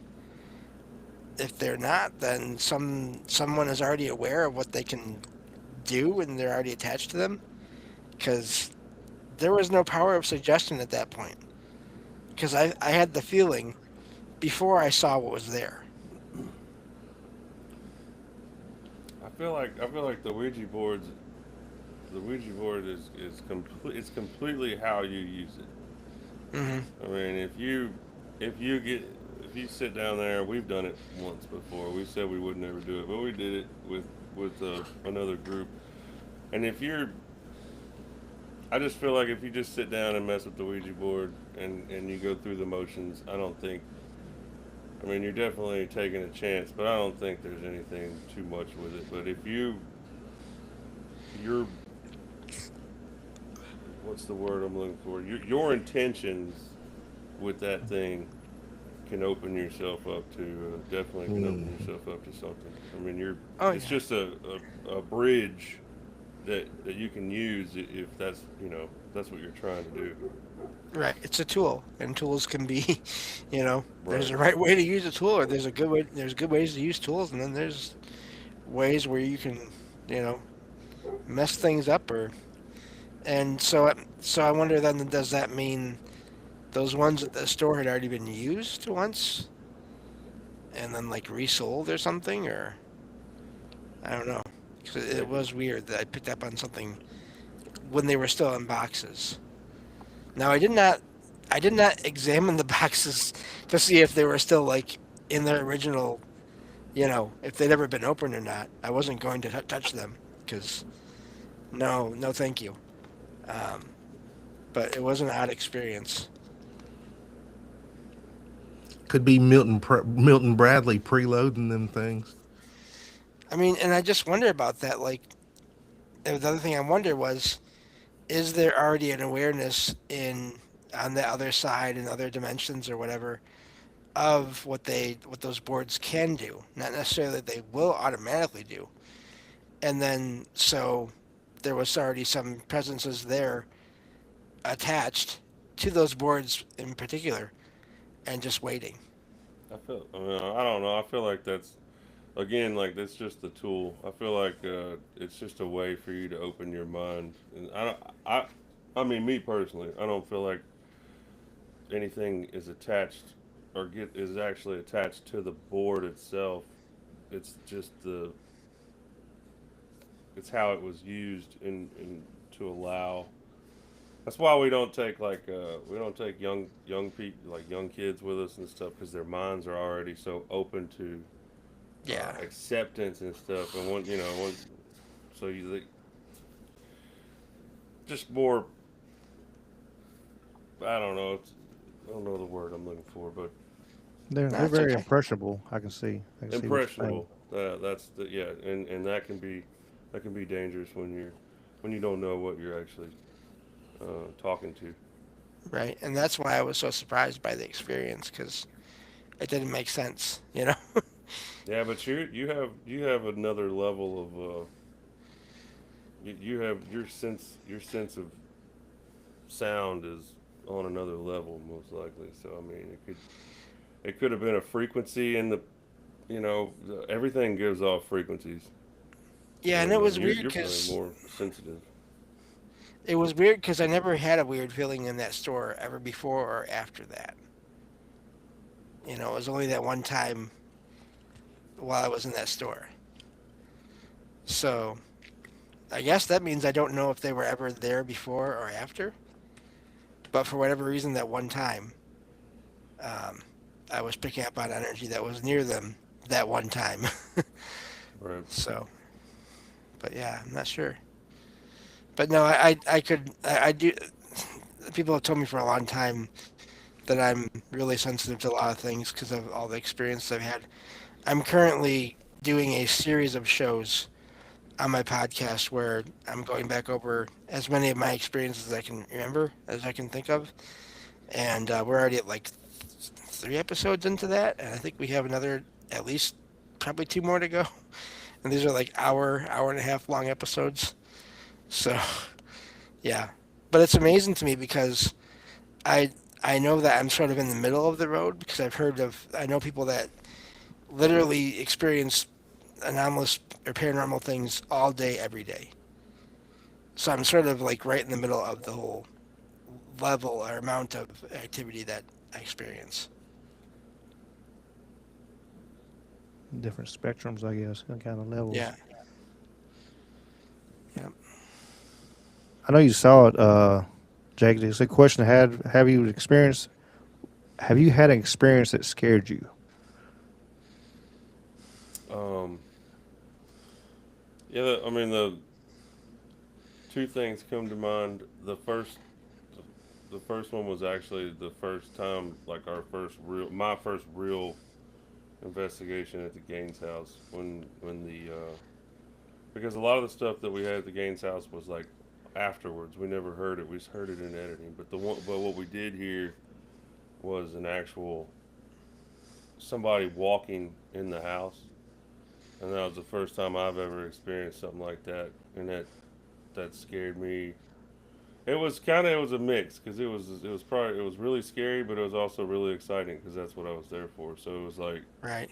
I didn't expect it, and so it was scary, but it was also really neat. And then the other one was a graveyard that we did. I mean, we've done a couple graveyards, but we don't. They're not on our channel because it's really hard to record there in audio and wind and the lighting and stuff. But we Yeah. we had a we had something get really aggressive with us at the graveyard because we had a somebody who was had a bunch to drink and was with us. It was an old friend of mine who wanted to come, and he ended up getting a little toasted before he got there, and then he ended up sitting on this grave, and Oh no. while we were doing it, and we were like, dude, you don't sit on the graves, man. Like, just get off the grave. And he got off the grave, and it was like, I don't remember what that dude's name was. Like Sergeant something or another. It was a big stone. It was a big military name, and next thing you know, like Jason started seeing stuff. He was freaking out, and then I got touched, and then Jason got pushed, and it was like, and we couldn't get out of there quick enough. And we had been there for like an hour, and started that we saw shadows there too. Uh, the graves were all like these. It was this old. It was out in like a toka, and it was real tall, like 8 foot tombstones and all this weird stuff, and just like cat Wow. balls were going off, it was just creepy as hell, man. We got in the truck and got out of there. Like it saged, we saged and then got out of there like quickly. Yeah. Like, and like I don't like graveyards, man. At night, like, nah.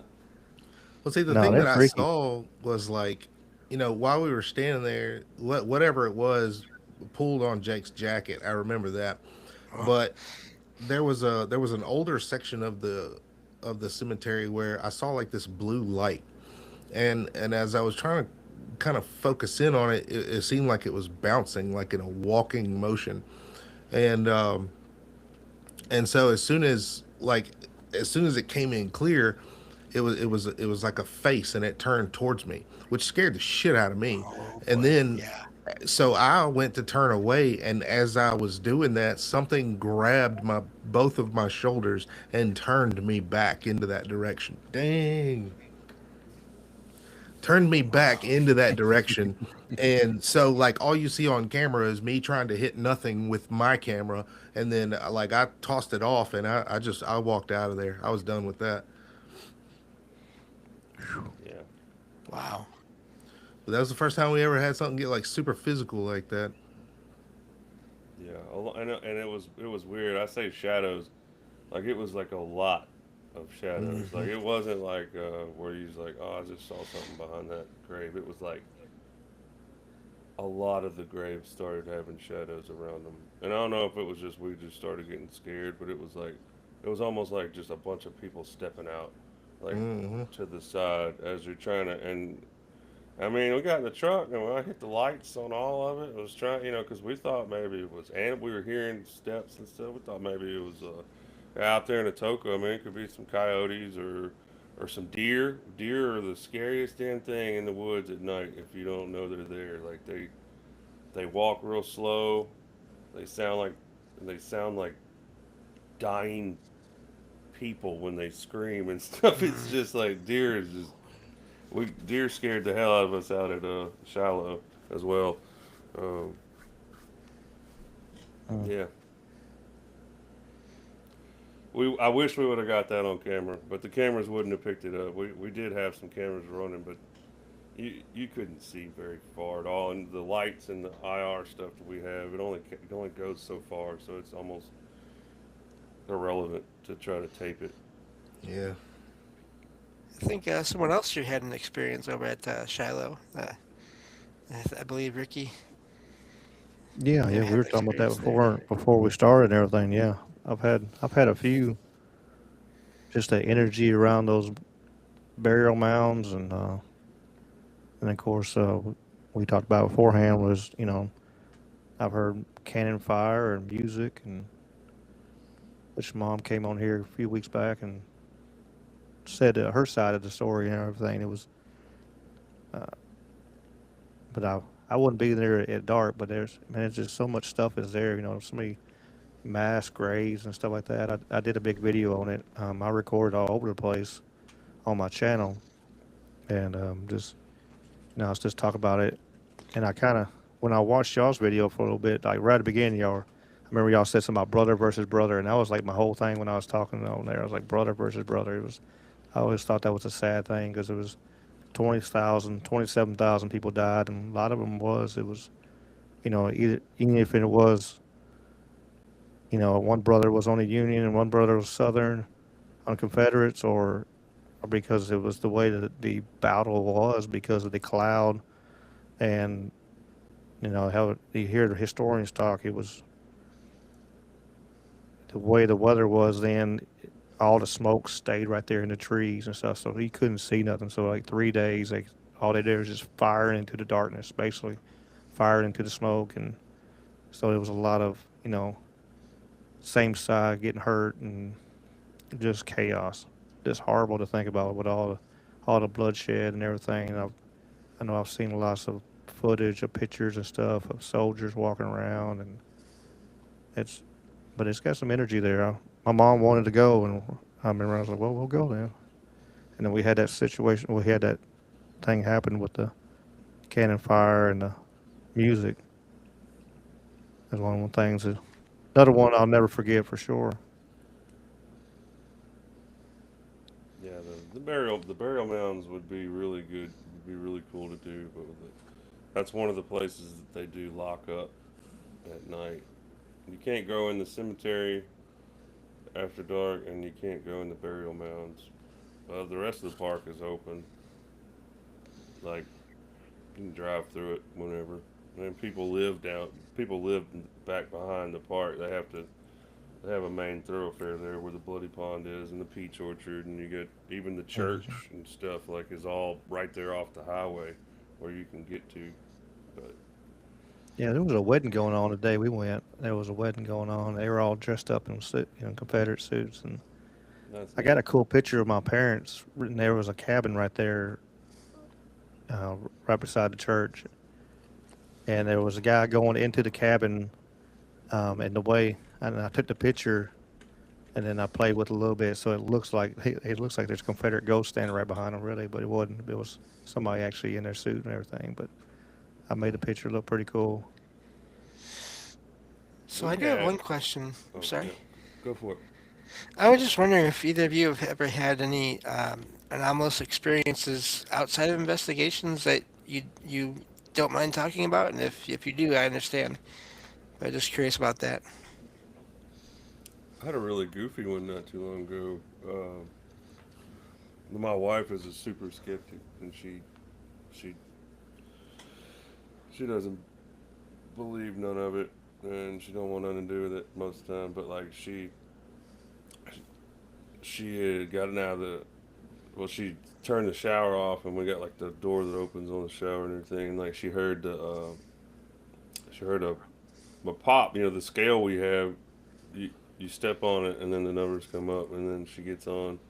Well, like she heard the pop while she was in the shower, and then opens she opens the door, and the scale, the numbers on the scale are up. So there was a depression on the Oh scale that wow. made it come on. And I was like, oh, that's neat. That's cool. Well, that was your first experience. Well, then so I started paying attention, and then not too long ago it did. I heard it.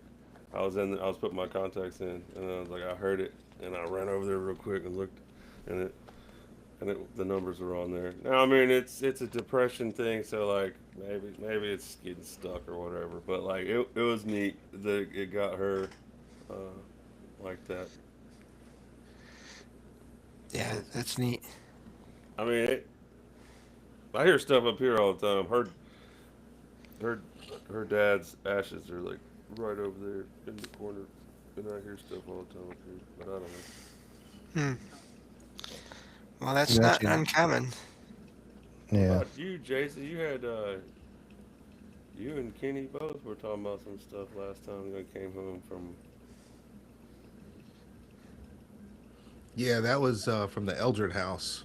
So the Eldred that investigation, there was the only thing we could really just capture in that. It just seemed like a bunch of kids, and because there was one point we were in the attic and we had the whole second floor was just full of equipment, and it seemed like something was running around down there just setting shit off.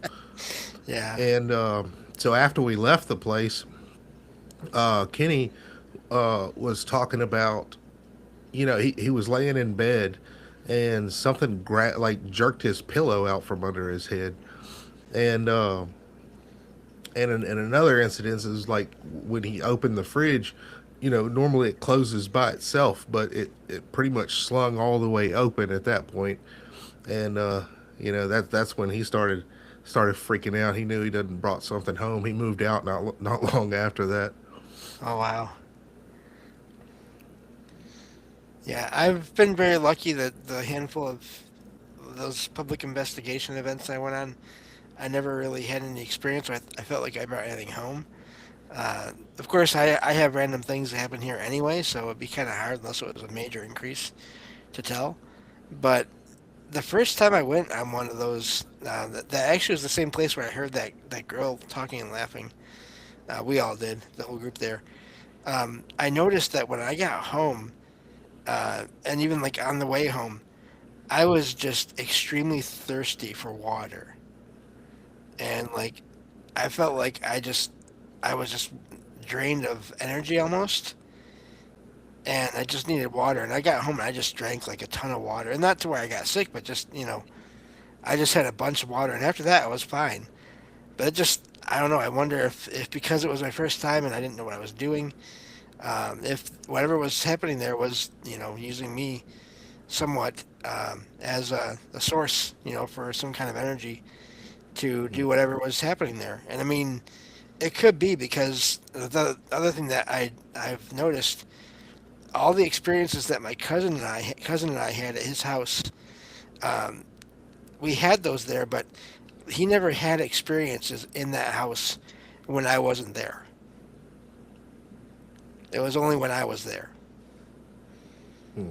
So something to do with me, my own makeup, or like the way my energy is, or whatever.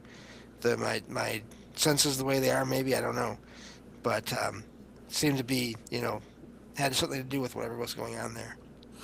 Well, one thing we always try to do and we make it a point every investigation that we end. We always do basically this little thing where we're telling anybody that we've spoken with that they cannot follow us. They have to remain here, Right. and as we leave, we sage our gear and sage ourselves, and just make it a point that let it be known they do not have permission. Like, you're not a vessel. You're not there Right. for their entertainment at that point. So, but the one house that we didn't do it at was the Eldred house, and that's the one Kenny took a little kid home. Hmm. Yeah, Yeah. that's back to like to that tool, like to the Ouija board talk. Like Yep. when you're using that thing, if you use it how you open yourself up like that, you're allowing. That's how it's worked for since Jesus walked the earth and stuff. It's like it's all about whether or not you're gonna let something have control over you or power over you. Right. And I imagine that can go with just about all the tool, any tool you want to go with if you're putting enough into it or whatever, your intent into it and all that. Yeah. That's Uh, why we have to be super careful with the. And you should too. Like the oh Estes yeah. method is like the closest thing that we do. That's sense deprivation, which is basically your life, and Yep. we put ourselves in a blindfold, and all we can do is every sense is gone except smell, I guess, but like smell and hearing, and Yeah. you're completely focused on the sounds and stuff, and when you're opening yourself up like that in the darkness of your mind, like you could possibly let something in. Yeah.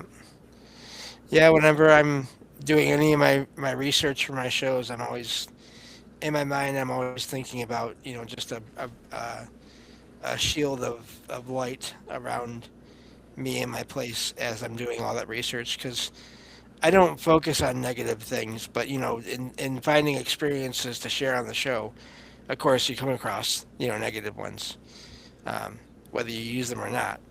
So I always sort of have that in my mind as I'm doing research for things. Well, that's good. That's you gotta. Yeah, the Estes method is not being able to come out of that would be hell on earth.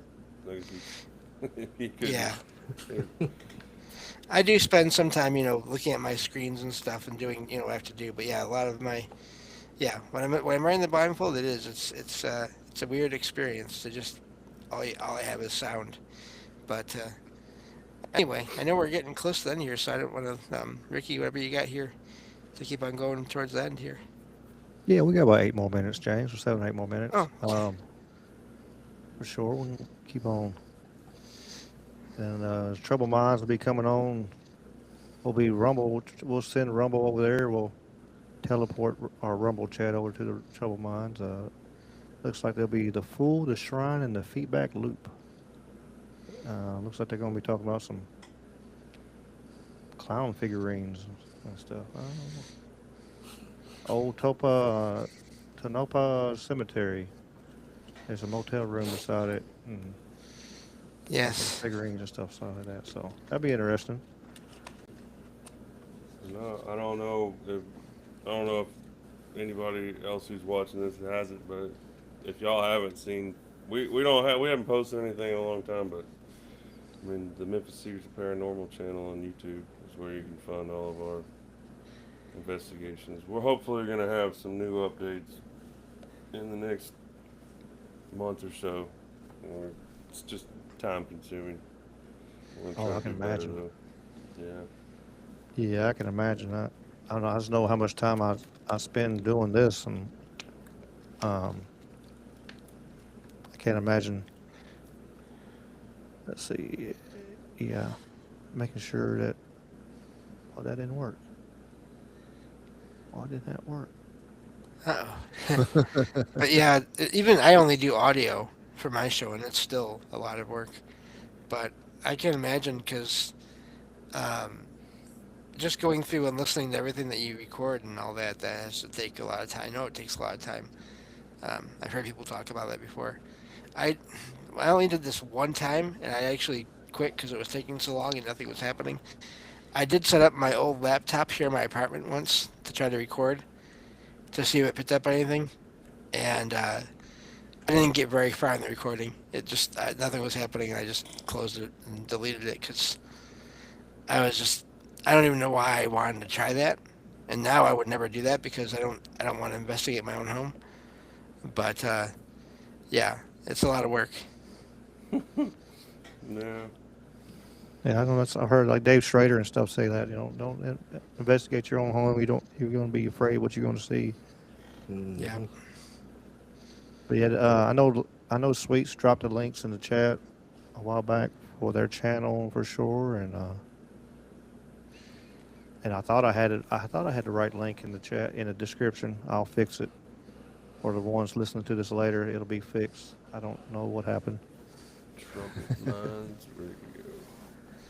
Yep. Is I'll that be on there as well. YouTube or is that on Rumble? It's on Both. it's on both. Yeah, Okay. it's on both. We Yeah, the tried to do Rumble- the Rumble thing. We didn't have much luck on Rumble for whatever reason.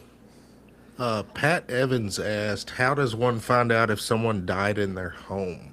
So generally, when we get house calls, I, I find stuff really quickly by just punching in your address, basically with the street address, and then a keyword died or passed away, and Google will actually throw that type of stuff to the forefront. So researching that has become super easy with the Google AI. But yeah, just keywords passed or died, and then your street address. Hmm. Interesting. It looks like I missed a bunch of chat, but I don't know if they're still here. I appreciate Dawn, and we got Creek Squad. Charlie. Charlie Rose is in the house. Appreciate y'all being here. Anybody else I missed on? I don't, Merlin over there on the Rumble. But but yeah, y'all got any shout outs y'all wanna do or? Yeah, yeah. I think, do we even still, we haven't posted to anywhere else in a long time, but we do have a Rumble account, I think. I don't know if it's still up, but mostly on YouTube. But Memphis Seekers of Paranormal. If you search MSOP, a bunch of other crap comes up. But if you search Memphis Seekers of Paranormal, it should pop up. And if you haven't ever seen us before, then there's plenty of stuff to watch. We got about, we don't have as much as other. We don't upload like once a month, but we got a list of we've got a couple playlists from 2024 and 2025, and then we've got a bunch of shorts. We've done some funny stuff. We've done some collaborations. We have some scary short films that are linked that we've messed. Not too many, but just a few that we've messed around with. Uh, We get bored waiting on it to get dark. yeah, yeah. We filmed a couple like a couple little shorts like in the houses where we're at, just messing around with the cameras. There's nothing wrong with that. No, It's it's all fun. having fun. It is. Yeah, well, it was great to talk to you both. I'm gonna just mention my own thing I have going on. That's just Salsido Paranormal, which is the podcast, and that's salsidoparanormal.com. You can find everything there. That's SALSIDO paranormal.com. You can find all the podcast episodes and everything else there. So thank you, Ricky, and as always for having me on as well.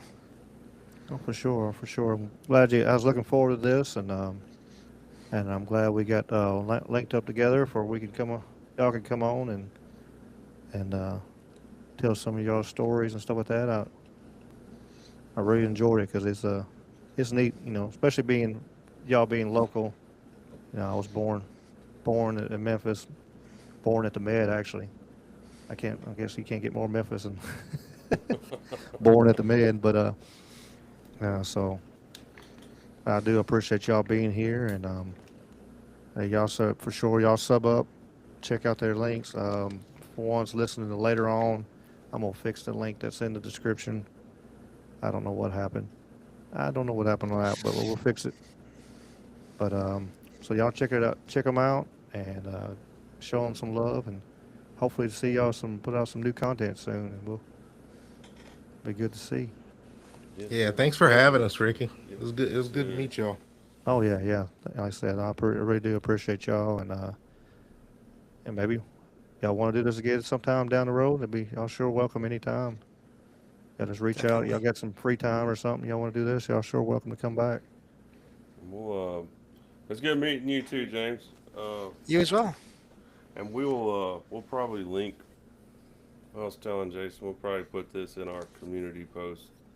That way, our community will see this video. Maybe they'll give you all some love too as well, and get you some Sounds new good. subscribers. Yeah. Yeah, that'd be good. And I've been doing the on the shorts. I'll send y'all a link like for I can like if I put a short up from this video, it'll show on your channel and here, kind of thing. So we'll get Awesome. both of us get credit. Kind of, I guess both of us get traction, maybe. Hopefully, that's the goal. We always joke about a lot of the community. We're both, me and James are both in. We're all um, the tide rises over all ships. We're trying to bring everybody up. Nobody's just trying to get one off one another. So, but appreciate y'all being here, and I guess I'm gonna hit this outro, and then like I said, Rumble, I'll send you over to Trouble Minds, and Sweets on the YouTube side. Sweets has already Thanks, dropped a Sweets. link, so if you want to Yeah. check it out, and if y'all want to check it out, it's an open platform where people call in, and they have an open discussion about they discuss about anything and everything. Really, it's what gave me the motivation, or the not the motivation, I guess, because I never want to be put in a box. I was like, I want to talk about everything. I don't want to talk about just one subject, because my brain don't work that way. But Trouble Minds, they talk about a little bit of everything, from ghosts to giants to paranormal universes to anything in between. Just no politics. They leave the politics out, which I do the politics on Wednesday, so a little blend. That and cat videos. Well, that's very brave these days, doing politics. Yeah, yeah. Luckily, I work for myself, and it is what it is, so Yeah, they don't like it. And more power to you, brother. More power to you. but appreciate y'all. Let me hit this outro, and we'll call it a night here. Peace. Come on, work.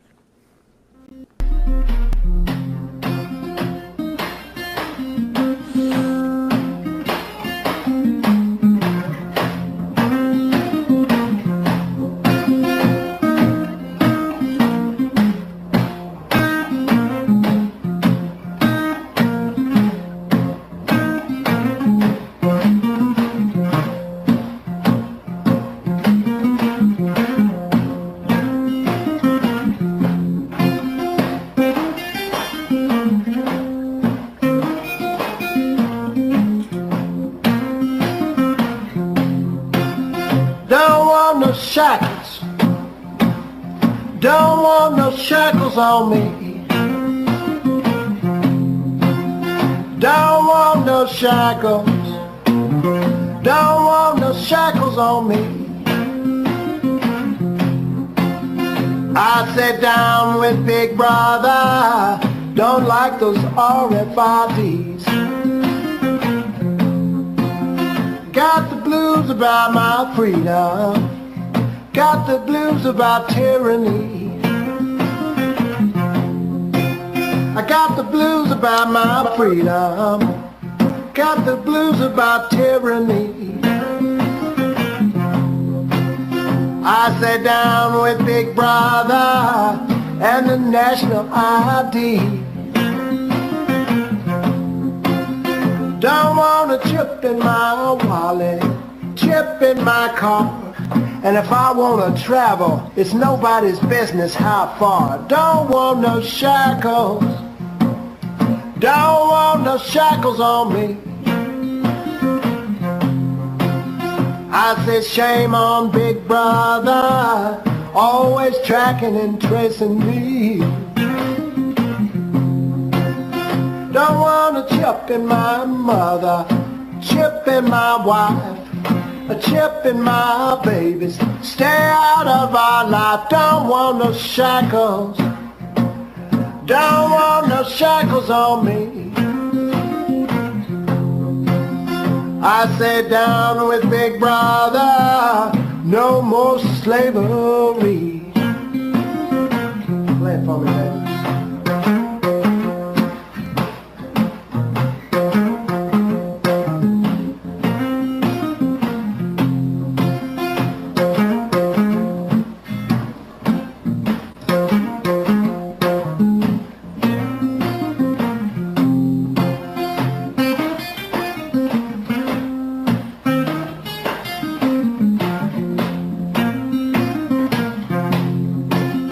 Now, do you want a chip in your forehead, a chip in your arm, always tweaking your brain and causing you harm? Don't want no shackles. Don't want no shackles on me. I sat down with Big Brother, in the good old USA. I said down with Big Brother, down with Big Brother, down with Big Brother, down with Big Brother, down with Big Brother. Don't want to spot chipping me. Everybody, I said down with Big Brother, down with Big Brother, down with Big Brother, down with Big Brother, down with Big Brother. It's all about liberty.